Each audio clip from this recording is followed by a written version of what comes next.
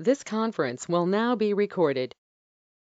Hi everyone, this is Rakesh Kondreddy. To know more about me, you can go to LinkedIn and just type Rakesh Kondreddy, and you will be knowing more about me. Just would like to go jump into our topic. Today I'd like to talk on a generic topic since we are there and the testing community is there from ages. I would like to talk some basic points which we are still missing, which our traditional testing gave us, right? So first of all, when we are going ahead in testing, I have seen a lot of community people just try to do the functional testing part.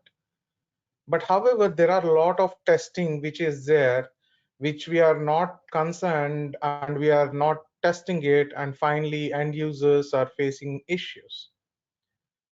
First of all, I would like to tell you why we are here.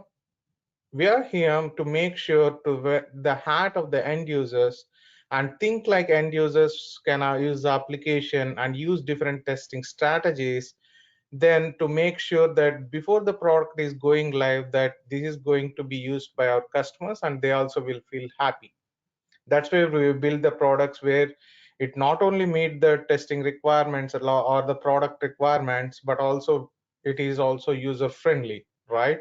So that's why I would like to tell you, make sure you go with every testing, possible testing, be it functional testing or non-functional testing. If you are testing the functionality, make sure all the functional requirements are met. But before that, I would like to tell you, perform some exploratory testing too, so that you explore the applications, don't see the requirements, just explore the applications, note down your observations, talk to your subject matter expert or the product owner, and get more insights about it. That's how you will know from the end user perspective how he is also feeling it, right? Then make sure go through the requirements, understand the actual product design, everything, then real testing goes off. Okay, so as I already told you, perform functional testing, then consider non-functional testing activities too.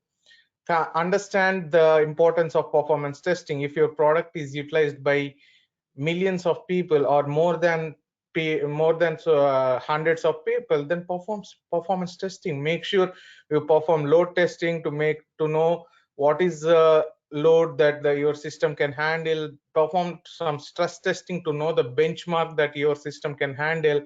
And you can also perform some other types of performance testing like spike testing, endurance testing, performing with some timelines and all, so that you'll be understanding what is your CPU, what is your network, what is your disk capacities, and what kind of throughput you're having, how many requests the system can handle, what is the response times of the things. You can easily do whatever the things which we can perform by utilizing this performance testing, we can do that. And then go for the security testing, identify the security vulnerables, go through the WAFs chat sheet. Okay, go through the SQL injection, cross-site scripting, remote attacks and all. There are a number of tools available. You can go with Zap or you can go with Bubsuit, and there are some other tools also available to do the port testing. Please utilize it as part of it and identify the security vulnerabilities. Coming to the accessibility testing, perform accessibility testing using screen readers or accessibility development tools, and make sure your application is abiding the WCAG standards. There are standards which classified into A, AA, and AAA. Okay, make sure what is the percentage of confidence you have on the accessibility, and make sure you help the developers understand what is the importance of ARIA and help them to implement ARIA attributes to the application and make sure that the application is accessible to everyone.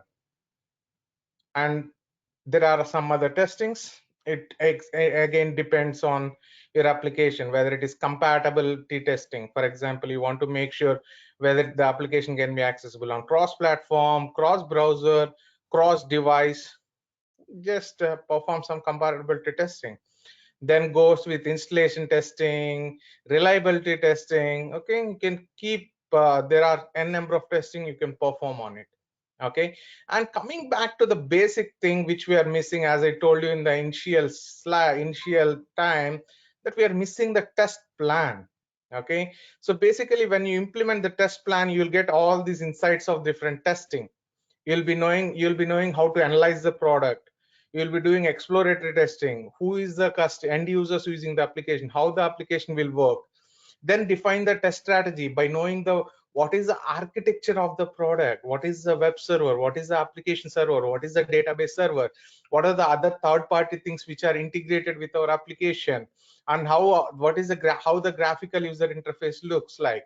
Then define the test objectives, like what to test, what is in scope, what is out scope, and define what kind of testing we are going to implement. Even in functional testing we have multiple testing, right?